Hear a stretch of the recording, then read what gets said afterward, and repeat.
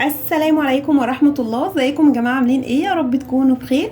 النهاردة ان شاء الله هعمل معاكم وصفة حلوة جدا يا جماعة لتفتيح البشرة وازالة البقع الداكنة او الكلف او التصبغات الموجودة في البشرة. لو طلع لك اي حبوب وثبت لك اثر وثبت لك لون داكن في بشرتك، باذن الله هعمل معاكم وصفة حلوة جدا هتساعد على تفتيح البشرة لو داومت عليها، وكمان هتزلك اي تصبغات او بقع داكنه موجوده في بشرتك. نبتدي بس زي ما تعودنا حبايب قلبي، نصلي على النبي عليه الصلاه وافضل السلام.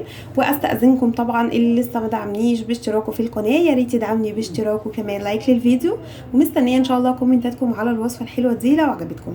انا عندي يا جماعه المكون الرئيسي النهارده في الوصفه بتاعتي، وباذن الله اللي هيفتح بشرتك واللي هيساعد على ازاله التصبغات والبقع الداكنه الموجوده في البشره وهيساعدك على التفتيح، هي زبدة الشيا. زبدة الشيا يا جماعة من الحاجات الحلوة جدا اللي هي دلوقتي حاليا انا بستخدمها في وصفاتي علشان بتساعد على تفتيح البشرة وترطيب البشرة.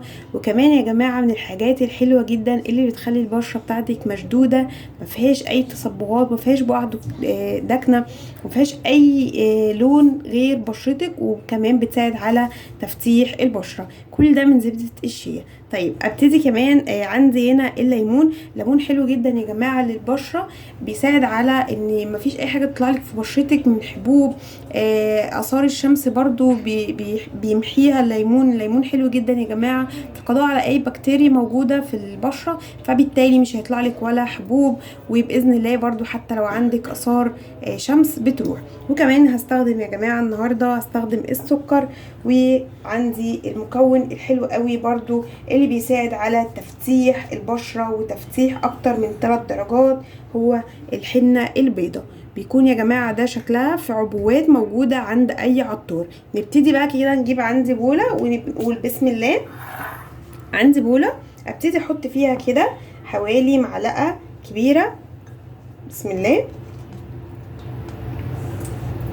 معلقه كبيره اهو، بسم الله الرحمن الرحيم، من الحنه البيضاء. الحنه البيضاء يا جماعه من الحاجات الحلوه جدا في تفتيح البشره اكتر من 3 درجات، وباذن الله بتلاحظي كمان الفرق. اي ماسك فيه حنه بيضاء بتلاحظي الفرق من اول استخدام. تمام، يبقى انا كده حطيت اول معلقه من الحنه البيضاء، هحط عليه معلقه كده صغيره من السكر، بسم الله، السكر العادي الموجود في كل بيت. تمام، هاخد كده معلقه صغيره وهحط على الكلام ده كله بقى عصره من الليمونه، بسم الله. ما تقلقيش خالص من الليمون في الوصفه دي، اي حد بيتحسس من الليمون هي يا دوبك عصره ليمونه، فمش هتعمل معاكي اي مشكله خالص. اقلب كده كويس وابتدي بقى اجيب عندي معلقه كده من زبدة الشيا. زبدة الشيا دي حبايبي موجودة عند اي عطار هتلاقوها ان شاء الله، والحنة البيضة موجودة عند اي عطار. ابتدي بقى ادمج الوصفة دي كده كلها، بسم الله. اقلب بقى كويس لحد ما يبقى عندي القوام متناسق، بسم الله الرحمن الرحيم. يفضل طبعا ان انت لو خليتي زبدة الشيا دي تبقى سايحة اكتر من كده طبعا، بس عادي برضو مفيش اي مشكلة. احنا هنقلب كويس لحد ما يبقى عندك كده قوام زي الكريم.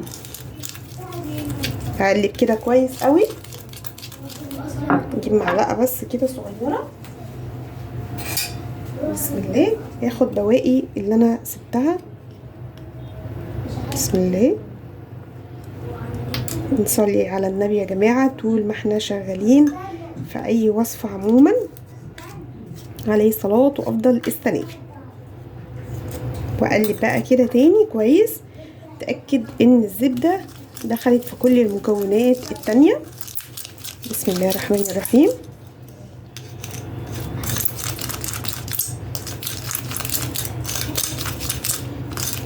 اقلب كده كويس، وادي كده الماسك عندي جاهز وزي الفل.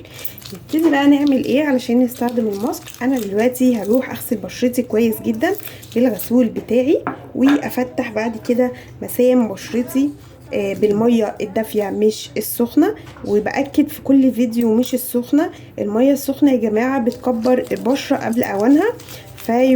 يعني يفضل ان انت لما هتيجي تغسلي يا اما بميه ساقعه، لكن لو عايزه تفتحي مسام بشرتك عشان هتحطي ماسك، يفضل طبعا ان انت تستخدمي الميه الدافيه. بس كده، وده بيكون شكل الماسك بتاعي بالمنظر اللي انتوا شايفينه ده. تمام. ابتدي بقى، خلاص غسلت بشرتي كويس قوي وفتحت مسام بشرتي كمان. هبتدي اخد الماسك ده حبايبي واحطه كده على البشره. بسم الله الرحمن الرحيم. يبقى شكله عامل زي الكريم كده، وبتدهني بقى على بشرتك كلها بالمنظر اللي انت شايفاه ده، وبتسيبيه على بشرتك حوالي ربع ساعة. وبعد الربع ساعة بتبتدي ان انت تشطفي بشرتك كويس جدا بمية دافية. ويا جماعة ما ننساش خطوة المرطب. المرطب مهم جدا بعد كل وصفة بنستخدمها عشان تحافظي على ترطيب بشرتك. ان شاء الله يا رب تكون الوصفة تكون عجبتكم، واشوفكم فيديو جديد بإذن الله، وصفات تانية جديدة. مع السلامة.